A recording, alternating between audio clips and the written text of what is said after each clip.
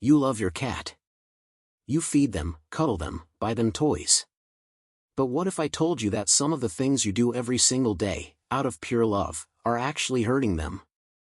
And the worst part? Your cat can't tell you. Stay with me, because number 4 is something almost every cat owner gets completely wrong. Cats are mysterious. They're independent, they're proud, and they are absolute masters at hiding pain and discomfort. That's not a personality trait, that's survival instinct hardwired into their DNA. So when something's wrong, they don't cry out. They don't complain. They just quietly suffer. That means the responsibility falls on us. And today, we're uncovering 6 common mistakes that loving cat owners make without ever realizing the damage they're causing. Some of these will surprise you. A few might even make you feel guilty. But that's okay, because after watching this, you'll know exactly what to change.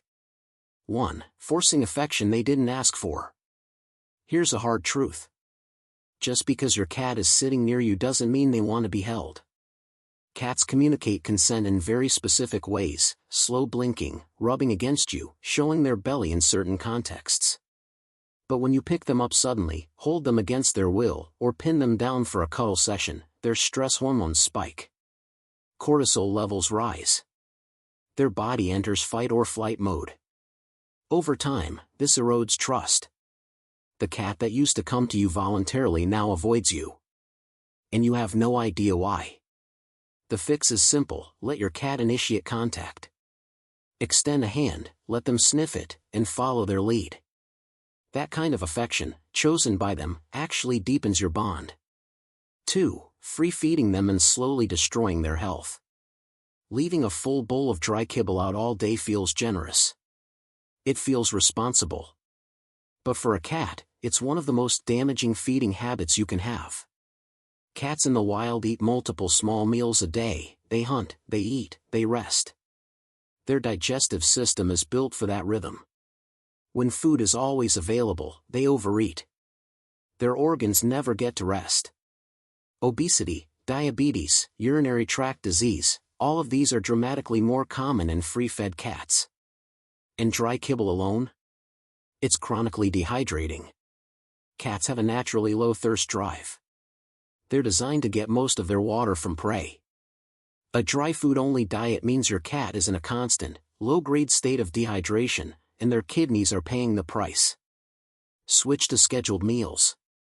Incorporate wet food. Your cat's body will thank you for it, even if they give you attitude about it at first. 3. Using the wrong kind of litter box. This one surprises people every time. Most cats hate covered litter boxes. You might think the hood gives them privacy. What it actually does is trap odors that are unbearable to a creature with a sense of smell 14 times stronger than yours. Imagine using a bathroom where the air never moves. That's what your cat experiences every time. And the box itself, if it's too small, too shallow, placed in a noisy corner, or shared between multiple cats without enough boxes, your cat may stop using it entirely. That's not rebellion. That's distress. The rule of thumb is 1 litter box per cat, plus 1 extra. Large, open, and clean daily. Place them in quiet, low-traffic areas.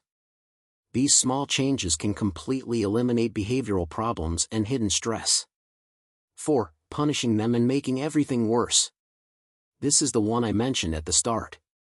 When your cat scratches furniture, knocks things off shelves, or yells at 3 a.m., the instinct is to react, raise your voice, spray them with water, push them away. Here's what your cat actually hears: loud, confusing noise from the person they live with. Cats do not connect punishment to the behavior that caused it. They don't think, I scratched the couch, now they're yelling, I won't do that again. What they actually learn is, my human is unpredictable and frightening. Punishment doesn't stop the behavior. It destroys safety. And a cat that doesn't feel safe in their home develops anxiety, which shows up as aggression, hiding, overgrooming, and serious health problems. Instead, redirect.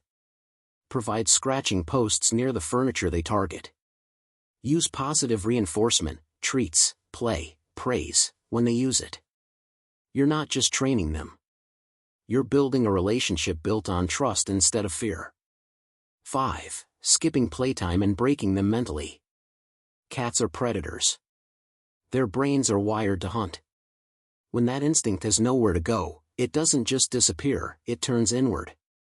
Boredom in cats looks like excessive sleeping, destructive behavior, aggression toward you or other pets, overeating, and repetitive behaviors that signal anxiety.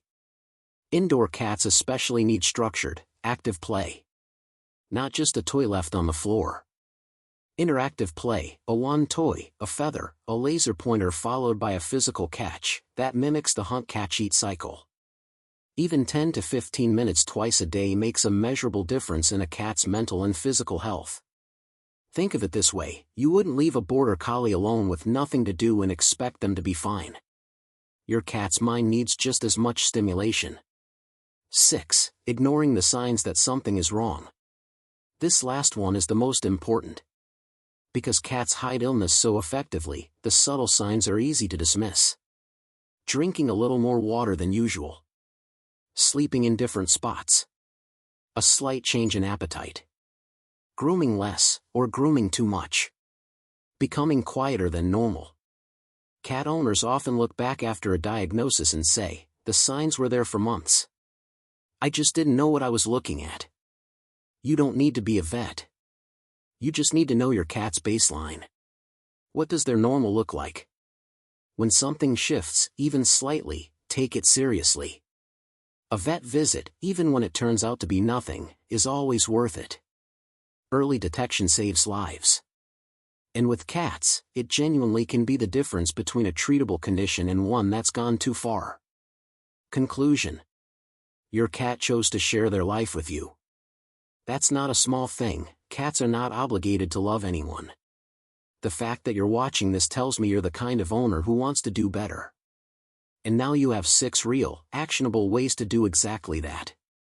If this video helped you, share it with someone who has a cat.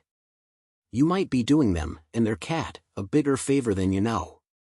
Drop in the comments which of these 6 surprised you the most. I read every single one. And if you want to go deeper on cat nutrition, behavior, or stress signs, hit subscribe. We post every week, and your cat deserves an owner who keeps learning. See you in the next one.